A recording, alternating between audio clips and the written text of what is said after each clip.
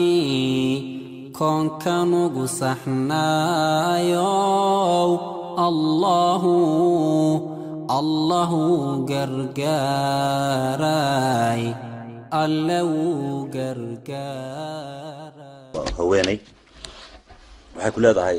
waxay ka hadlaysaa salaada markay gasho yani waxay dareemaysaa dareen mukhtalif waxay ku leedahay marka aan salaada galo waxaan dareemaa cabsi iyo warwar waxay ligay salaada gasho inta ka baxsan salaada ma dareemayso laakiin salaadii halkii aan ku xasili lahaa ku raaxaysan lahaa waxaan dareemayaa warwar iyo cabsi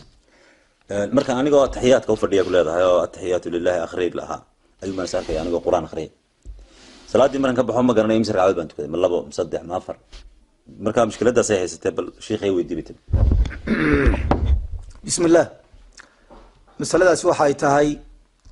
qofku hadii uu cibaadaysanayo oo waswaas uu ku yimaado ama xaalad nafsiya oo adag oo ciriiri iyo wixii lamid ah qofku uu dareemayo hadii ay ku timaado tan noocaas waxaan leenahay waa wax dabiiciya waana imtixaan xagga alla ka yimi oo waxa weeye qofka muslimka hadii uu soo jeesto cibaadada iyo salaad iyo wixii lamid ah hadii uu soo jeesto shaytaanku cadow uu inoo yahay wanaagana waa inagala dagaalamaya walidaalika waxa laga yaabaa qofka xaalaad uu qofku cibaadada ku dhibsanaya inuu ku keeno waxa dhacday nabiga calayhi salaatu wasalaam nin saxaabiya oo Uthman ibn Abi al-As la yiraahdo sida saxiix muslimka ku sugan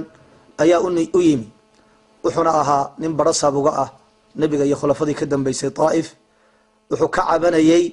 wuxuu salaada hadii aan galo ciriiri badan baan dareemaa ilaa aan gaadho inaan waxa weeye waxa aan akhrinayo iyo waxa aan tukaday iyo waxa aan leeyahay inaan kala fahmin waa xaaladan gabadhu ay sheegayso kale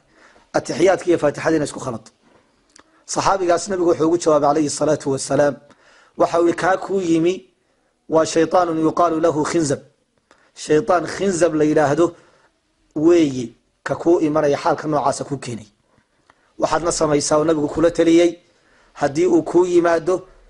بمعنى وسواس كنوعاس أما حالة أضاق هدي أي كوغو تيمادو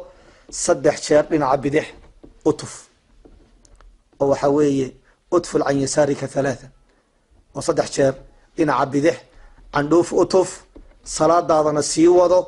إلهنا وحوي كما غنقل أو استعاذة الصميم أعوذ بالله من الشيطان الرجيم له كدمنا الصلاة هذا وضو حديث كوا حلقة قاضنا إياه دودا أقوين اللي يسكد دوين يا إني تهي وحوي إن إلهي قفك وحصه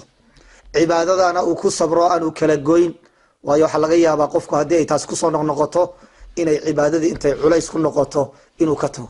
الشيطان كودون يا نواتس ولذلك وحن لنا وحلو بهاي عبادة الكسب لقونا أتكيست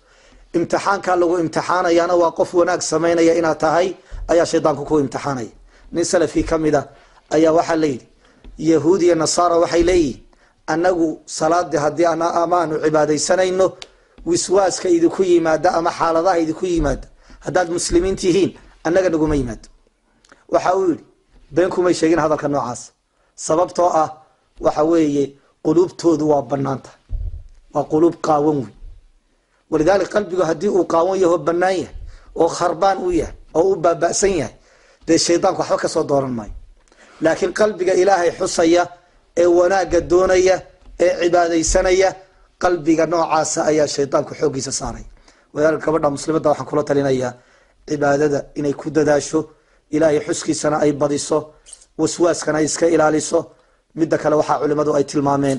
waswaaska noocaas iyo wixii lamida ama xaaladda qofka ku imanaysa inta badan waxa keena macsiyo ama dambi qofkaasi uu ku dhacay macaasida iyo dunuubtu qayb bay ka qaadanaysa taasaa shaytaankii waxay jaanis u siinaysaa